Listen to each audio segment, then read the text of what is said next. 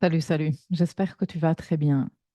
Mercredi 2 octobre 2024 à 18h49 heure universelle, nous avons une nouvelle lune plus éclipse solaire annulaire en balance.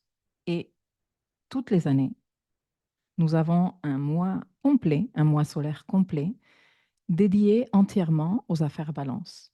La saison balance est un épisode solaire des 12 épisodes solaires de l'année astrologique qui est idéal pour faire le point, réviser et même entamer des processus pour élever la qualité des dynamiques relationnelles dans nos vies.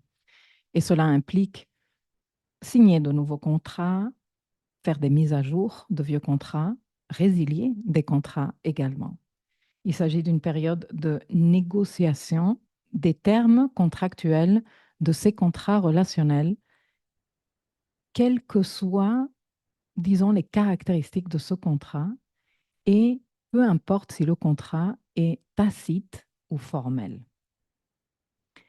Dans le mois balance, au cours du mois balance, nous avons toujours une nouvelle lune dans le signe qui démarre un nouveau cycle de 6 à 36 mois dans ces affaires relationnelles que je viens d'évoquer. Et comme avec toute nouvelle lune, il y a plusieurs questions qu'il convient de nous poser. La première serait, qu'est-ce que je voudrais récolter d'ici à 36 mois, hein, parce que le cycle a cette durée, dans le secteur de vie concerné par la maison où se tient la nouvelle lune? Pour moi, quelle va être mon intention? À quoi je veux m'engager émotionnellement en rapport à ce projet? Et que vais-je mettre en place comme feuille de route pour y arriver? Sauf que en octobre 2024, nous sommes en saison d'éclipse et que la nouvelle lune de la saison Balance vient avec une condition. Quelque chose doit se terminer parce qu'il s'agit d'une éclipse. Quelque chose sera littéralement éclipsé et laissera un vide, un point mort, entre guillemets, dans le zodiaque, ou si tu veux, un point dévitalisé qui prendra plus ou moins longtemps à être revitalisé. Une éclipse solaire nous touche au niveau de l'identité, aussi bien dans le plan personnel que sur le plan collectif. Il s'agit d'une identité avec laquelle nous sommes suridentifiés, qui a déjà fait son chemin et qui est donc prête à être arrêtée, à disparaître. Mais ceci va être un processus. Il s'agit d'un processus qui a démarré d'ailleurs en octobre 2023 avec la première éclipse en balance de la série 2023-2025. Et bien sûr que comme il s'agit d'une éclipse en balance, il s'agit de questions identitaires concernant la façon dont nous nous relions aux autres, le rôle que nous occupons dans nos relations, le type d'accord que nous avons conclu jusqu'ici et ce que nous souhaitons conserver ou pas dans les temps à venir. Et en balance, et ceci est une clarification super importante, messieurs, mesdames, nous retrouvons des relations horizontales, c'est-à-dire où les deux parties sont à un même niveau hiérarchique et de tout type. Nous retrouvons des relations amicales, nous retrouvons des relations sentimentales, familiales, professionnelles, sociales, académiques, commerciales, toutes ces relations que nous créons avec les autres et qui nous aident à connaître et à comprendre en profondeur la relation la plus importante que nous avons, qui est la relation à nous-mêmes. Maintenant, cette éclipse solaire annulaire du 2 octobre, qui se fait à 10 degrés 03 de la balance, est une éclipse super importante parce qu'elle est totalement en lien avec le cycle que Mars bientôt démarre en Cancer, car Mars entre en boucle rétrograde, en boucle de repos. Il commence à transiter la zone d'ombre pré-rétrograde 3 jours après l'éclipse. Et que de nombreuses clés que nous retrouvons dans le thème de cette éclipse nous renvoient vers sa rétrogradation et nous allons aborder ça dans cette leçon. Du coup, je suis venue t'en parler avec cette leçon que j'ai divisée en 5 étapes. Nous allons commencer par l'étape numéro 1 qui va être une présentation générale du contenu de l'éclipse. Nous allons ensuite aborder la partie 2, c'est-à-dire les lignes de temps passées vers où nous renvoie dans le passé cette éclipse. Elle est connectée avec quel moment de notre passé? Parce que si tu connais, comme j'aime travailler, nous venons de processus. Ce que nous sommes en train de vivre en ce moment ne peut pas être déconnecté du passé. Et moi, j'aime bien faire mes recherches astrobiographiques pour comprendre d'où vient tout ceci, quels sont les points de connexion. Et comme je l'ai vérifié de nombreuses fois, j'allais dire des centaines de fois, peut-être même des centaines de fois, je pourrais dire maintenant, vu l'âge que j'ai et vu le temps que je suis dans ce chemin de recherche astrobiographique. Mais au pire, pour rester discrète, je vais dire minimum beaucoup de dizaines de fois.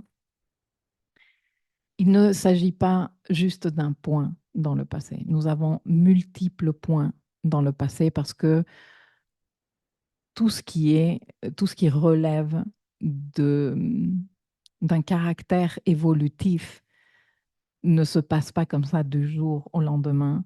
Il n'y a pas un avant et un après complètement radical, mais se passe en petites vagues évolutives, si tu veux. Et donc, quand on sait regarder, et on sait regarder exact, on a la précision de vers où regarder dans le passé, on arrive à tisser cette histoire et à voir comment aussi nous avons évolué au fil de ces vagues évolutives.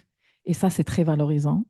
Et c'est pour ça que j'insiste tellement fort aussi à faire la recherche astrobiographique. Donc, bon, nous allons nous pencher donc sur les lignes de temps passées pour que chacun et chacune de vous puisse aller en arrière et réfléchir, regarder par exemple qu'est-ce que vous aviez noté dans vos carnets, dans vos journaux, si vous en teniez un à l'époque, ou aller regarder vos agendas.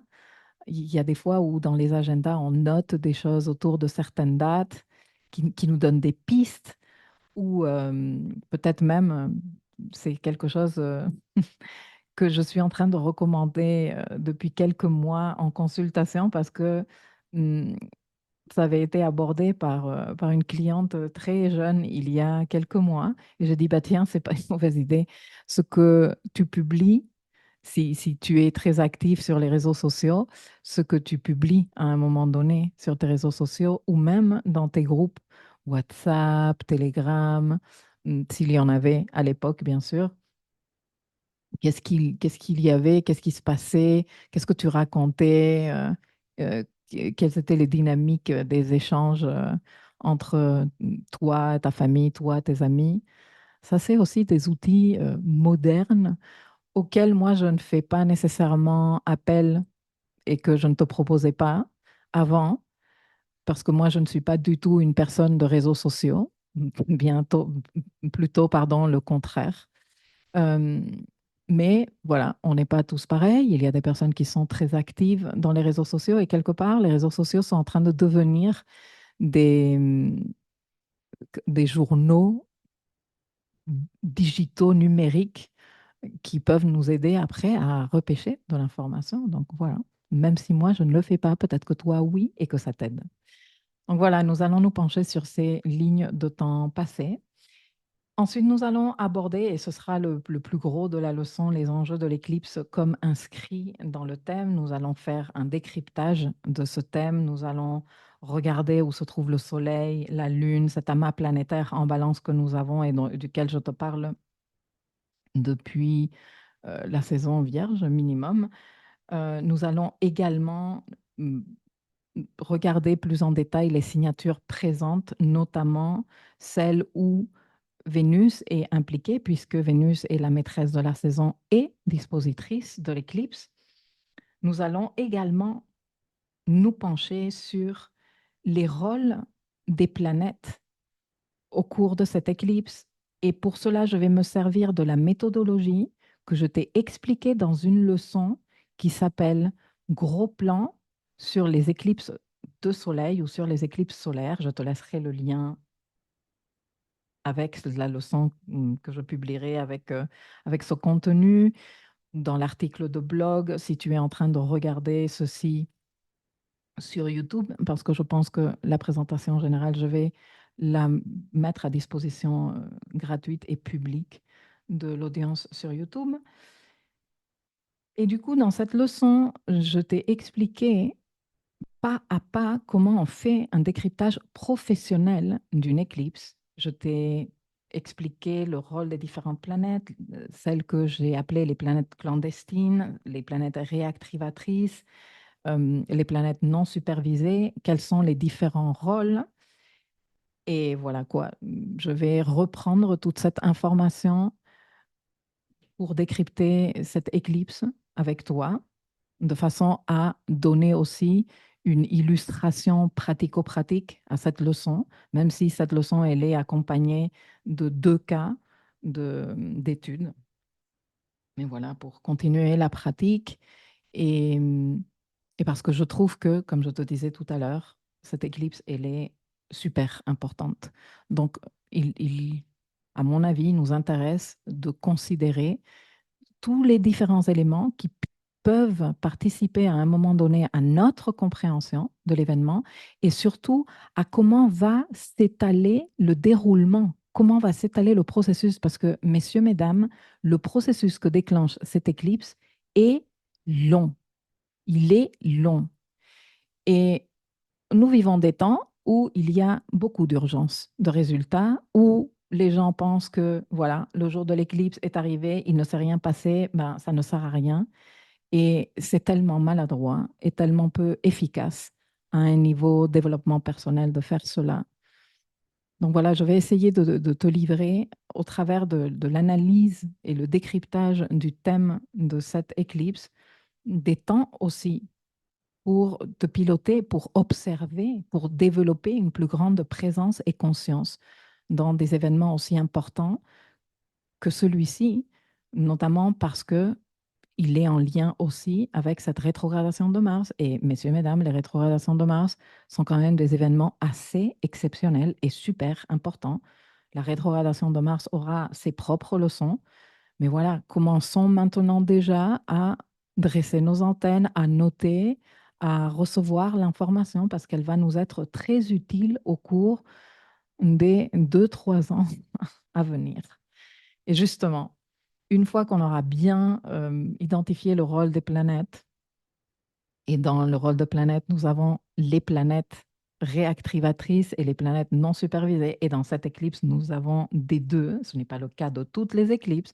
Eh bien, ça nous renvoie vers les lignes de temps futures qui vont nous donner des checkpoints dans les temps à venir pour piloter le processus. Et du coup, je vais terminer par cette dernière, 5e et dernière partie de la leçon où je vais t'expliquer pourquoi j'ai décidé d'appeler cette lunaison. Tu sais que je donne des titres ou des intitulés à chaque événement lunaire. J'aime bien faire ça. J'ai l'impression que ça permet de donner une dimension plus concrète à l'énergie disponible. Et, et j'ai appelé cette lunaison Love is always the answer. L'amour est toujours la réponse. Et j'ai de puissantes raisons qui justifient le choix de cette phrase. Et Lilith, qui est quand même une planète, entre guillemets, je dis ça, hein, parce que Lilith n'est pas une planète, mais bon, juste pour faire rapide, ce point mathématique en lien avec l'orbite lunaire, est très fortement présente lors de cette éclipse et donc un rôle fondamental. Elle est une des planètes clandestines. Et Et justement, c'est principalement par sa présence que love is always the answer. Donc, je veux t'expliquer, je veux te dire d'où vient ce choix et peut-être avec ça, je vais encourager une réflexion en toi ou un positionnement intérieur qui va te permettre aussi de vivre ce que tu auras à vivre dans les temps à venir d'une façon plus qualitative. En gros, c'est toujours ma mission quand je fais ce type de contenu, enfin avec tout le contenu que je fais d'ailleurs. Si tu es en train d'écouter ceci sur YouTube, sache que cette partie que tu vas écouter et que tu écoutes à présent et que tu vas continuer à écouter dans les minutes qui suivent n'est qu'un extrait de la leçon complète que tu retrouves dans le dossier Life Mapping. Tu peux y accéder si tu es abonné à ce dossier ou si tu es membre du programme Architecte de ma vie qui te donne accès à la quasi-totalité des dossiers de l'espace éducatif. Si tu es déjà abonné, je veux te remercier du soutien valorisant que tu donnes à mon travail. Et si tu n'es pas abonné, eh bien peut-être que tu veux commencer à considérer de t'abonner pour donner plus de profondeur à ton apprentissage de toi et de l'astrologie. Ou peut-être que tu veux juste rester à ces petites informations superficielles et non approfondies parce que ça te va comme ça. Quoi qu'il en soit, nous allons commencer. Et nous allons commencer par la présentation générale dont je te parlais tout à l'heure. Alors, je vais faire un petit concentré dans cette première partie de ce que je t'ai partagé sur d'autres outils sur lesquels je publie du contenu. Tu sais, il y a énormément de choses à dire si on veut faire un travail de qualité quand on est dans l'analyse astrologique des événements dans le ciel et des configurations. Et par moments, même si quand j'ai commencé à faire ce type de travail, j'étais dans cette démarche d'essayer de concentrer tout dans un même contenu pour que tout soit livré d'un coup, je me suis rendu compte par la force des choses que ce n'était pas une bonne idée. Déjà parce qu'il y a beaucoup de personnes qui sont dans la démarche de si je l'ai entendu une fois, c'est suffisant, alors que pas du tout. Que la première fois que tu écoutes une information, la première fois que tu lis une information, tu retiens un pourcentage très bas de toute cette information. Et ensuite, parce que ça faisait comme beaucoup trop de choses, d'informations à consommer, à digérer et intégrer. Du coup, je me suis dit qu'avec tous les outils que je mets en place en début de chaque saison solaire, je pouvais distribuer des petits morceaux d'informations un peu plus faciles à digérer et à intégrer, qui préparent le terrain et ensuite permettre aux personnes de revenir sur les différentes informations et intégrer un tout petit peu de lumière à chaque fois de plus. OK?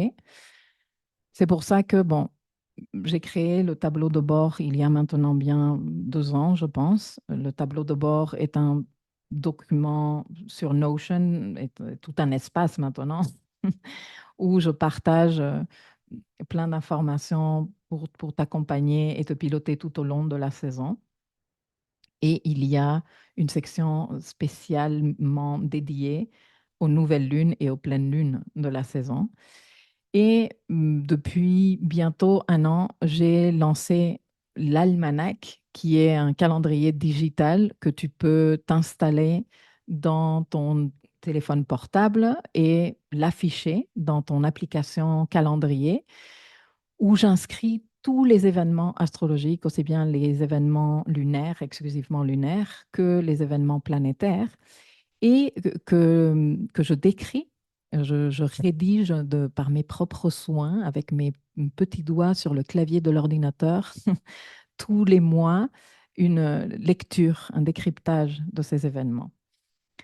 Et justement, pour me servir de ces outils de façon efficace, ce que je fais, c'est distribuer l'information entre le tableau de bord, l'almanach lunaire, ce que je veux dire dans la leçon que j'ai décidé de faire sur l'événement, comme c'est le cas ici, Et comme ça me permet de, voilà, vous laisser comme des petites graines de conscience et d'observation, petit peu par petit peu, au fur et à mesure que l'on avance.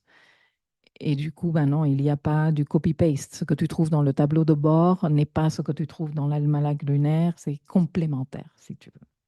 Mais je vais reprendre ces points que j'ai abordés ici dans pardon, dans ma présentation générale.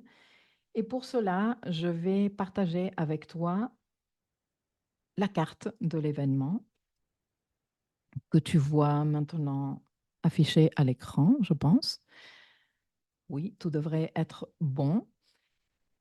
Et du coup, moi, je te vais te faire un topo de, de ce thème et de ce qui est important, de là où tu devrais, où il te conviendrait de poser ton regard. Bon, déjà, nous commençons par dire que la nouvelle lune est une éclipse solaire annulaire et de nœud sud, et que au moment où elle se tient, tu peux la voir ici, tu vois, Soleil et Lune à 10 degrés balance en conjonction. Regarde-moi le paquet énergétique que nous avons en balance. Alors, tu vas avoir deux nœuds euh, parce que je considère le calcul du nœud nord vrai, enfin de l'axe nodal vrai et le moyen. J'aurais peut-être dû le supprimer pour ne pas polluer la vue d'informations qui n'est pas nécessairement pertinente, enfin utile pour le coup là, parce que les nœuds sont vraiment près les uns l'un de l'autre, les deux calculs. Mais voilà, nous avons quand même un amas planétaire assez conséquent en balance, avec toutes ces présences de nœud sud, le Soleil, la Lune, Lilith et Mercure en très étroite, mais très étroite conjonction. Et du coup, cette éclipse qui sera la dernière en balance, c'est pour ça qu'elle est aussi importante, la dernière de la série 2022, 2023, pardon, 2025, et qui se fait déjà au carré de Mars en Cancer, qui est chez la Lune. Mhm. Et ceci est à considérer. Et avec Vénus, maîtresse du signe et dispositrice de la lunaison, dans un grand trigone d'eau. Regarde que Vénus est à 11 degrés Scorpion, signe d'eau. Saturne à 14 degrés Poisson, signe d'eau. Mars à 15 degrés Cancer, signe d'eau. Grand trigone applicatif, parce que Vénus est la plus rapide de ces planètes et qu'elle va continuer à avancer dans les temps à venir. Un aspect applicatif est plus puissant qu'un aspect séparatif. Et du coup, si cette éclipse est assez puissante du fait que l'amas planétaire formé autour de la lunaison est assez costaud, les thématiques qu'elle va éveiller, qu'elle pose sur la table, ne vont pas nous surprendre ou ne nous sont pas étrangères parce que depuis plusieurs semaines, nous avons eu de multiples activations, aussi bien des degrés de l'éclipse que du nœud sud. Et de ceci, je t'ai parlé dans des documents antérieurs, notamment par exemple la conjonction Lune-Vénus qui s'est faite à 8 degrés balance, qui a ouvert le portail de la créativité dans le voyage de Vénus en Lion. C'est des thématiques que nous abordons dans le dossier, le voyage de Vénus en Lion, et que nous avons abordé concrètement lors de notre rencontre en direct, la rencontre Thérapéia du 24 août 2024. Tu trouves le replay dans le dossier Le voyage de Vénus. J'ai également abordé ces activations dans l'almanach de la saison vierge parce que justement, elle se tenait au cours de la saison vierge. Et Vénus est entrée en balance en tout début de saison vierge. Donc, elle a séjourné du 29 août au 23 septembre, quasiment toute la saison vierge, elle a été en balance. Et au fur et à mesure que Vénus passait par ces points, elle activait des importants points en lien avec cette éclipse. Je t'en avais parlé vraiment dans le détail dans la leçon que j'ai publiée sur la deuxième saison d'éclipse. et que tu trouves dans le dossier Live Mapping également. Alors, comme je te disais tout à l'heure, une éclipse solaire est une nouvelle lune où la lumière du soleil est éclipsée. Il est éclipsé par la lune comme vu depuis la perspective solaire. Ceci veut dire que une énergie de type solaire, une énergie de type yang, une énergie masculine, mais aussi une façon de s'affirmer, une identification, est occultée par une énergie yin, parce que c'est la lune. Donc, une émotion, une intuition. On peut être aussi en train de parler d'hommes et ou de femmes. Dans certains cas, cela se matérialise comme ça. Moi, je n'aime pas faire des raccourcis et je ne suis pas ici pour te faire une prédiction à 3 balles. Mais tout ça doit être considéré dans la lecture que tu es en train de faire de l'éclipse, si tu veux faire un bon travail, bien sûr.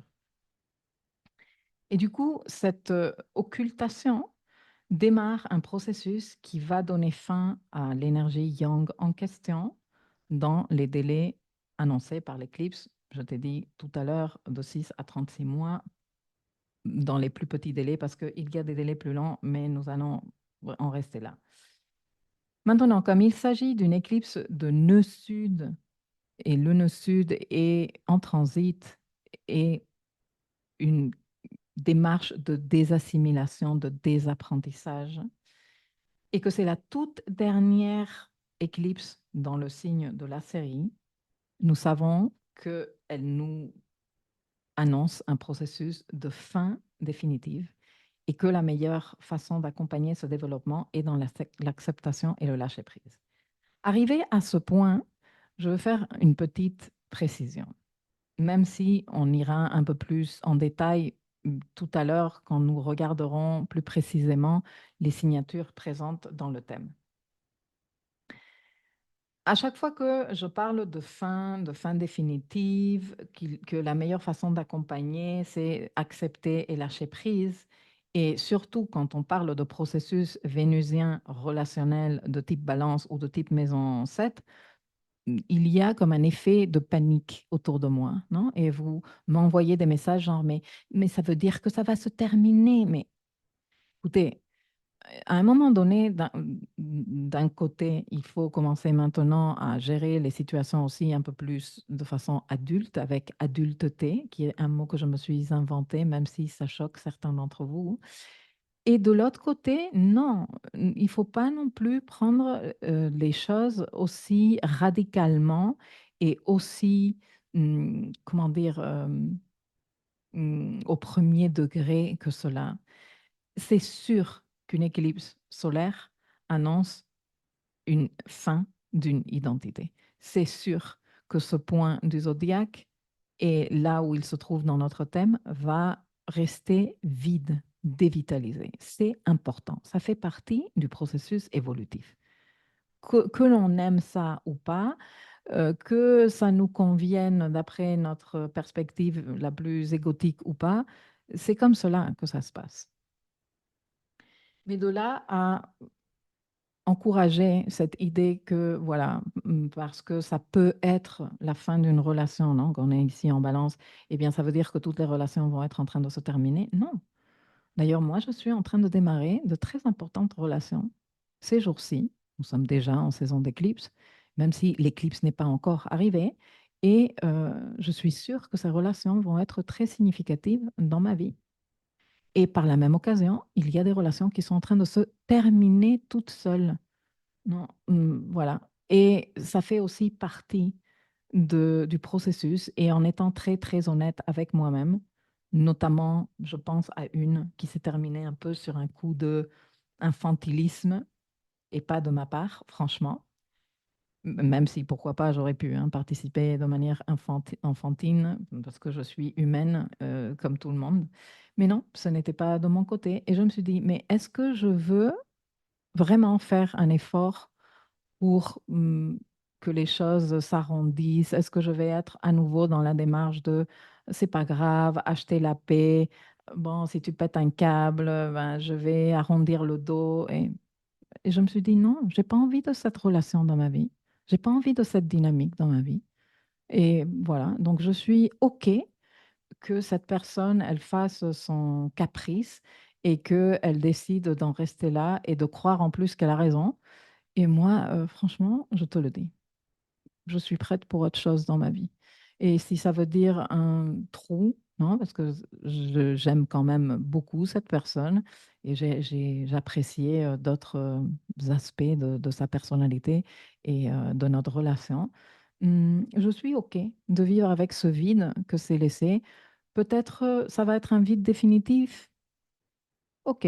Peut-être non. Peut-être avec le temps, les choses vont se calmer. Elle va être en mesure d'écouter aussi la version des faits et de la respecter surtout. Et voilà quoi. Mais si ce n'est pas le cas, pour moi, c'est bon. Je suis prête pour ne pas avoir à soutenir ce type de dynamique relationnelle dans ma vie. Je suis prête pour plus de qualité relationnelle. Et je te partage ceci, pas pour te raconter ma vie, parce que c'est vraiment des trucs que j'aime pas du tout faire, mais pour t'expliquer un peu aussi comment tu peux te positionner par rapport à ce qui se passe dans ta vie en ce moment. Après, c'est sûr qu'il y a des ruptures plus douloureuses que d'autres, et c'est vrai que les caractéristiques de ce cycle solilunaire par rapport au cycle Saros auquel appartient cette éclipse, on va aller plus en détail tout à l'heure, parle de ruptures qui peuvent faire mal, qui peuvent nous attrister, où on va peut-être avoir des sentiments de regret. Mais ça fait partie des paradoxes. Toute chose qui se termine et à laquelle on tenait nous rend tristes, messieurs, mesdames. C'est normal et c'est presque salutaire. Moi, les personnes qui sont bien avec tout type de fin et que, comme on dirait qu'elles ne sont absolument pas touchées, moi, je pense y a un problème là. Il y a un problème de gestion émotionnelle et surtout, il y a un problème de connexion avec ces émotions. Alors, bien sûr qu'il y a une différence entre vivre une émotion et un deuil et partir en sucette dans un chaos émotionnel comme pas possible. Et il y a tout un spectre aussi d'expression là-dedans. Mais dans cette bon, société un peu psychopathologique dans laquelle nous vivons, ou un beaucoup, nous avons normalisé ce truc d'être fort et d'être dur, de ouais, non, moi je gère. Non, ben, tu sais, quand tu n'as aucune émotion par rapport à quelque chose à laquelle tu tenais, soit tu n'y tenais pas vraiment, soit tu as un problème, toi aussi, un peu psychopathologique, tu vois. Donc, normal que nous soyons prêts aussi en saison d'éclipse pour laisser aller certaines situations et qu'en même temps, cela nous génère un certain niveau de nostalgie, de regret, de tristesse. Ça fait partie du deuil, messieurs, mesdames. Et les vides, nous avons un problème avec ça de manière collective.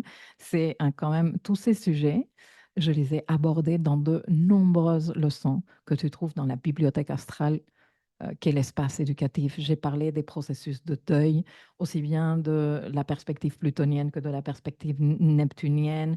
J'ai parlé aussi des processus de maison 8, de transformation. J'ai parlé également de notre rapport au vide.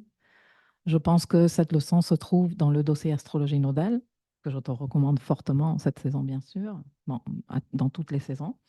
Mais voilà, tu vois, tout cette mm, discussion que je suis ici en train d'avoir avec toi, c'est vraiment pour te donner des clés pratiques. Parce que l'astrologie, que je sois ici en train de te dire, regarde la lune, le soleil, Lilith, Mercure, regarde le nœud sud, regarde Saturne. Si toi, tu ne sais pas prendre tous ces codes hyper abstraits et les intégrer à ta vie réelle, à ta vie IRL, comme je l'appelle, in real life, et composer avec, et que ça devienne quelque part une information imagée, métaphorique, riche en sens, qui permettent de te connaître mieux, de t'observer, de donner sens à ce que tu vis, eh bien, ça ne sert à rien. Et c'est pour ça que l'astrologie pure et dure, sans ce côté de sens, est si indigeste. Et c'est juste, enfin, moi, personnellement, je ne l'aime pas. Bon, voilà. Donc, oui, fin, oui, dimension relationnelle, mais pas nécessairement, on va tous terminer divorcés à la fin de cette saison. Messieurs, mesdames, faut quand même se calmer. Et au contraire, il y a énormément de relations qui sont en train de se formaliser. Moi, par exemple, dans mon entourage très proche, j'ai 3 nouvelles de mariage auxquelles je ne m'attendais pas, dont celui de ma sœur. Incroyable. Et dont celui d'une de mes meilleures amies. Incroyable aussi. Genre, j'étais, ah ouais, enfin, incroyable, mais je suis contente, tu vois. Donc, tu vois que c'est pas parce que nous sommes dans une période de fin à un niveau relationnel que cela veut dire tout le monde termine séparé, même si aussi. Mais il y a surtout une fin intérieure pour chacun de nous par rapport à nos dynamiques relationnelles. C'est ça ce qui importe le plus. Et c'est ça ce que moi, je voudrais que tu retiennes dans cette introduction quelque part ou cette présentation générale de l'éclipse. Du coup, ce serait très intéressant et je continuerai à publier du contenu dans ce sens-là dans les jours et semaines à venir pour t'aider avec des questions introspectives et quantiques que j'ai préparées, même par maison où se tiendra l'éclipse et que je publierai dans les jours qui suivront l'éclipse. Ce serait super intéressant que toi, tu te poses la question, comment sont en train de se porter mes relations en ce moment? Quelles sont ces relations qui demandent de mon attention en ce moment, qui m'interpellent, qui sont en train de me poser peut-être problème, où je me dis non, mais j'ai pas envie de composer avec ça, ou je pourrais faire une évolution, ou je ne me sens pas à l'aise dans cette relation, ou cette dynamique ne me convient plus, parce que ces relations sont prêtes à faire, à les faire évoluer. Et les faire évoluer ne veut pas dire nécessairement j'arrête tout court. Ça veut dire que j'arrête d'autoriser certaines choses, j'arrête de permettre d'encourager certaines situations. Et, et avant de commencer à verbaliser et à exposer tout cela extérieurement, il est super important de se clarifier intérieurement et de prendre aussi ses responsabilités. Saturne, parce que je te l'ai expliqué tout à l'heure et que d'ailleurs tu le vois ici, et il est en trigone à Vénus, hein, qui est la dispositrice de l'événement, est en train, et tous les deux dans des signes d'émotion, des signes d'eau super importants. Il y a ce processus aussi de conscientisation de comment je suis moi en train de participer à cela. Il y a aussi un processus de responsabilité ou de responsabilisation. Je n'ai pas trouvé un terme pour traduire le mot accountability en anglais efficacement en français, mais il y a cette dimension-là, accountability, c'est-à-dire jusqu'où moi, je participe dans cette réalité. Et quand on fait une réflexion suffisamment honnête avec nous-mêmes, on se rend compte qu'on participe profondément, qu'on participe parfois de façon indirecte et très souvent de façon inconsciente. Mais justement, ce type de contenu, je le crée pour que tu aies les outils de conscience et que tu te dises, ah ouais, ce n'est pas dans le but de te faire culpabiliser et de te faire sentir comme, tu vois, c'est un foutoir complet tes relations et c'est à cause de toi. Non, c'est de conscientiser, mais si je fais ça et j'ai cette réalité, si je changeais, si je commençais à changer, si je me positionnais autrement, si je commençais à me respecter davantage, si je commençais à assumer mon leadership personnel, ne pas oublier que si nous avons le nœud sud en balance, eh bien nous avons le nœud nord en bélier, que nous sommes tous en train d'apprendre à être beaucoup plus courageux par rapport à ce que nous voulons faire, parce qu'en bélier, En bélier, nous sommes bien armés pour faire ce que nous voulons, quand nous le voulons, sans devoir donner des explications à qui que ce soit. Et avec le nœud nord dans ce secteur de la roue, c'est genre, quand est-ce qu'on va commencer à faire ça? Nous nous préparons pour de grands événements à 0 degré bélier. Et tout ceci fait partie du processus, messieurs, mesdames. OK? Donc voilà, quelles sont ces relations qui demandent de ton attention, où ton moi ne se retrouve pas pour une raison ou pour une autre, et aussi comment ton moi est en train de participer directement, indirectement, consciemment, inconsciemment à ces dynamiques relationnelles, parce que c'est de là que tout part. Et c'est à partir de là que tu peux commencer à faire des changements. Nous dire, ben, OK, si je déteste que cette personne m'appelle à 4 heures du matin, pourquoi je continue à répondre au téléphone? Si je me couche et que je débranche mon téléphone ou que je le place à l'autre bout de la maison pour ne même pas l'écouter, et que cette personne m'appelle une fois, 2 fois, 5 fois, je ne sais pas combien de fois, hein, cette personne insistera pour que tu continues à répondre à l'appel à 3 heures du matin. Mais à un moment donné, elle va comprendre que c'est fini. Tu n'as pas besoin d'arriver et lui dire, écoute-moi bien, j'en ai marre que tu m'appelles à 3 heures du matin, ça suffit. Et que la suivante fois que cette personne t'appelle à 3 heures du matin, bah, tu répondes. Que tu répondes quand même, encore, on avait dit que tu ne m'appelais pas, bah, ne réponds pas. Et ceci est un exemple, je sais, très futile et superficiel, mais il explique suffisamment bien à un niveau métaphorique ce que je veux te dire, ce que je veux t'expliquer par rapport à comment nous participons et nous autorisons des situations à un niveau relationnel qui ne résonnent plus avec qui nous sommes. Bon, la saison balance arrive. Il s'est passé un an depuis la saison balance antérieure. Nous sommes tous genre appelés, OK, au cours de cette dernière année, comment j'ai évolué, surtout que nous avons l'axe nodal en bélier balance, à quel point j'ai grandi, comment je me suis affirmée moi-même, comment j'ai appris à m'assumer davantage, j'ai pris davantage de leadership personnel, OK, et quel est l'impact que cela a dans la personne que je suis aujourd'hui et les relations que j'entretiens, est-ce qu'elles me conviennent pas et qu'est-ce que je peux continuer à faire, cultiver, encourager. Voilà.